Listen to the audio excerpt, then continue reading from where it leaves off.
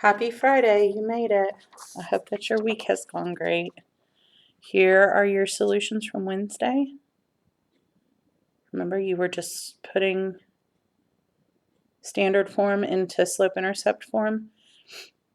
So today I thought that we could just combine the two things that we reviewed over this week and take an equation. If you're given an equation that's in standard form, the easiest way to graph it is to put it into slope-intercept form, and then you have everything you need to be able to graph the line. So the first thing, we're going to combine the two steps that we've done this week. The first thing we're going to do is we're going to put this into slope-intercept form. Okay, so I need to subtract off the 6x. So I've got 2y equals negative 6x plus 10. I'm probably going to have to move have this drawn, but I'm probably going to have to move it over. Okay, and then I have to divide both sides by 2. Okay, so I end up with y equals negative 3x plus 5, because negative 6 over 2 is negative 3x plus 5. Okay, so I'm going to redraw. I'll make sure I stay on in the screen. Good. Okay. So now that I've got it into slope-intercept form, I just start with my y-intercept at positive 5. So I'm going to 1, 2, 3. 1, 2, 3, 4, 5. And remember, when I don't have my slope in fraction form, I can just put it over 1. So negative 3 over 1. So I'm going to rise, excuse me, rise negative 3 over 1. I'm going to add some more marks down here. Rise negative 1, 2, 3 over 1. 1, 2, 3 over 1. Okay, and I've got plenty of points for a line.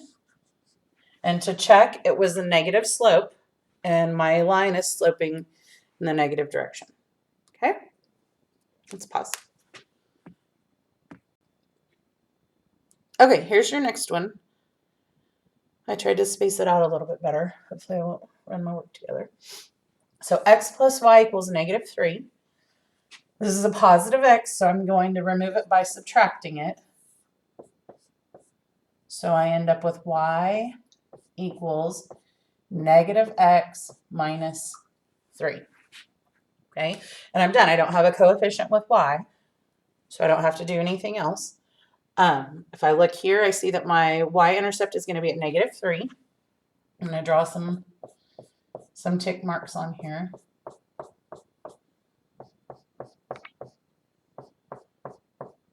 That should be enough. So I'm going to start at negative 3 on the y-axis. 1, 2, 3. So there's my y-intercept. And looking at the slope, I know that if there's no number there, that's negative 1. The negative sign, negative x is negative 1. And I also know that if I want to turn it into fraction, I can write it as negative 1 over 1. So I can write the slope as negative 1 over 1. Or, remember, I have to have one positive and one negative. If I wanted to rise positive 1, I could also run negative 1. So I can use either one of these as my slope. So I'm going to start with negative 1 over 1. So I'm going to rise negative 1, run 1, rise negative 1, run 1. And then also, if I want to go back to my y-intercept and rise positive 1, I can run negative 1. Rise positive 1, run negative 1. And get some points going that way too. Okay?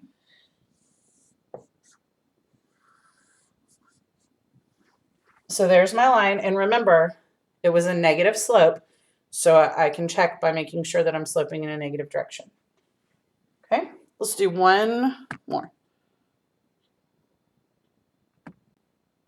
Okay, let's practice one more together. So remember, first thing I have to do is put it into slope-intercept form. So I'm going to start by removing this 4x from this side and putting it over here. So I end up with y equals negative 4x minus 1. Okay, and I don't have anything else over here with y, so I'm done. And I know that my y-intercept is going to be a -1. So I'm going to start, and I went ahead and already put tick marks on here. But I'm going to start at -1 for the y-intercept. And then my slope is going to be -4 over 1. So rise -4, run 1. Or if I wanted to rise +4, I can run -1. But remember, it's a negative slope, so I can only have one. Either the rise or the run is negative, not both. Okay? So starting back at my y-intercept, I'm going to rise -4, 1, 2, 3, 4, and run 1. And then also, if I want to get a point on the other side, I can rise +4, but I have to remember I have to run -1. So rise, go back to the y-intercept, 1, 2, 3, 4, and run -1. Okay, so I've got 3 points to connect.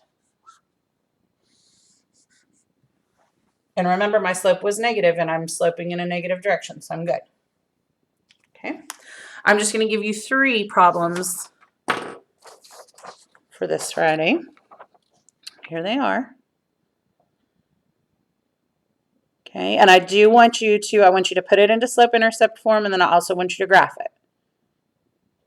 Okay, so 3 of those, just like what we just did. Alrighty, have a great weekend. I miss you, and I will see you back next week.